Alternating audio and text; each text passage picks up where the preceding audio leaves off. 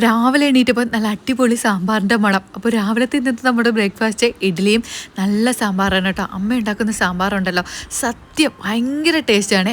ആ ഒരു സാമ്പാറിൻ്റെ മണം ഇങ്ങനെ മൂക്കിലോട്ട് അടിക്കുമ്പോഴേ അറിയാം ആ സാമ്പാറിൻ്റെ ഒരു ടേസ്റ്റ്. ഇവിടെയാണെങ്കിൽ നമ്മളിങ്ങനെ ഒടച്ച് കലക്കി എടുക്കാറില്ല. അച്ഛനൊക്കെ ആണെങ്കിൽ പണ്ടും ഇങ്ങനെ കഷ്ണങ്ങളായിട്ട് കിടക്കണം. ചില ആൾക്കാർ ഇങ്ങനെ എല്ലാം കൂടെ ഒടച്ച് കലക്കി എടുക്കൂലേ, അങ്ങനെ ഇവിടെ അങ്ങനെ വെക്കാറില്ല കേട്ടോ. അപ്പോൾ ഞാനും ഇത് കണ്ടിട്ട് ഇപ്പോൾ ഇങ്ങനെയൊക്കെ തന്നെയാണ് ഉണ്ടാക്കുന്നത്. നല്ല അടിപൊളി സാമ്പാറായിരുന്നേ. ഇഡ്ഡലി സാമ്പാർ ഉണ്ടാക്കുന്ന ദിവസങ്ങളിലാണെങ്കിൽ നമുക്ക് രാവിലെ തന്നെ വിശപ്പും തുടങ്ങും. പിന്നെ പല്ലൊക്കെ തേച്ചിട്ട് ബ്രേക്ക്ഫാസ്റ്റും കഴിച്ചു. എനിക്കിന്ന് സിറ്റിയിൽ പോകണം കേട്ടോ. നമ്മുടെ തനൂട്ടിയുടെ ബർത്ത്ഡേ വരാൻ പോവുകയാണേ. തനൂട്ടിക്ക് ഒരു കമ്മൽ വാങ്ങണം. അപ്പോൾ കമ്മൽ വാങ്ങാൻ പോകണമെന്ന് അറിഞ്ഞപ്പോൾ അമ്മയുടെ വകയായിട്ട് അവൾക്കൊരു ഡ്രസ്സ് എടുത്ത് കൊടുക്കണം. അപ്പോൾ എനിക്ക് പോത്തീസിലും പോകണം, അതിനിടയ്ക്ക് കമ്മൽ വാങ്ങാനും പോകണം. അപ്പോൾ അച്ഛൻ ട്രിവാൻഡ്രത്ത് പോവേണ്ട ഒരു ആവശ്യമുണ്ട്. അപ്പോൾ അച്ഛൻ കല്യാണത്തിന് പോവും. ആ സമയത്ത് തന്നെ പോത്തീസിൽ ഇറക്കിയിട്ട് പോകും. ഡ്രസ്സ് എടുക്കാൻ പോയാൽ പിന്നെ നമുക്ക് ബോറടിയില്ലല്ലോ. രാവിലെ തൊട്ട് രാത്രി വരെ നിന്നാലും കുഴപ്പമില്ല. അപ്പോൾ അച്ഛൻ കല്യാണം കഴിഞ്ഞ് വന്നിട്ട് കമ്മൽ വാങ്ങിക്കാൻ പോകാമെന്ന് വിചാരിച്ചേ. അപ്പോൾ അവിടെയാണെങ്കിൽ മോരുവെള്ളം കൊടുക്കുന്നുണ്ടായിരുന്നു കേട്ടോ. ഞാൻ ആദ്യം വിചാരിച്ചത് പൈസയ്ക്ക് കൊടുക്കുന്നതാണ്. പിന്നെ എല്ലാവരും കൈയിട്ട് വരുന്നുണ്ടപ്പോൾ മനസ്സിലായി ഫ്രീ ആയിട്ടാണെന്ന്. നല്ല മോരുവെള്ളമായിരുന്നു കേട്ടോ. ചൂട് സമയത്ത് ഒരു ആശ്വാസമാണ്. നല്ല ധാവണി സെറ്റൊക്കെ ഉണ്ടായിരുന്നു കേട്ടോ. പിന്നെ എനിക്കാണെങ്കിൽ ഈ ഡ്രസ്സ് എടുക്കാൻ പോയിരുന്നാൽ സത്യം പറഞ്ഞാലുണ്ടല്ലോ, എൻ്റെ ഡ്രസ്സ് എടുക്കുന്നതിനേക്കാളും കഷ്ടപ്പാടാണ് ഈ 2 പേരെ ഡ്രസ്സ് കാത്തൂട്ടിയുടെയും തന്നൂട്ടിയുടെയും നോക്കി എടുക്കാനേ.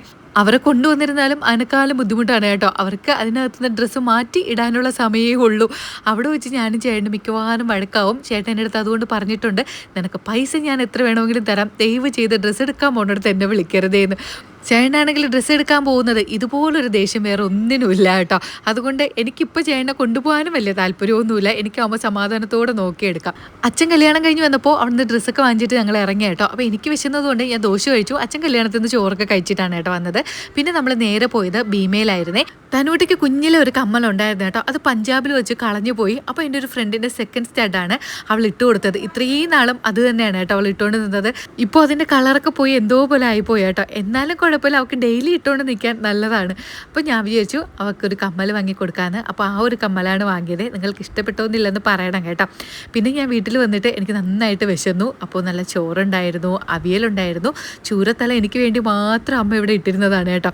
അപ്പോൾ മീൻ തലയൊക്കെ ഉണ്ടെങ്കിൽ ഇതുപോലെ ചൂരത്തലയൊക്കെ ആണെങ്കിൽ വേറെ ആരും എടുക്കില്ല. എനിക്ക് കൊതിയാണെന്നറിയാം, അപ്പോൾ എനിക്ക് വേണ്ടി ഇട്ടിരിക്കും. പിന്നെ നല്ല പച്ചടി, അത് ഇന്നലത്തെ പച്ചടിയാണ് കേട്ടോ. നമ്മുടെ മാങ്ങയും വെള്ളരിക്കയും കൂടെ ഇട്ടിട്ടുള്ള പച്ചടിയായിരുന്നേ. അങ്ങനെ ഇതെല്ലാം കൂടെ കൂട്ടിക്കുഴച്ച് കഴിച്ച് ഉച്ചയ്ക്ക് മാറ്റിയിട്ടിട്ടുള്ള ഒരു സ്ഥലം ഉണ്ടായിരുന്നു, അതങ്ങ് നിറഞ്ഞു.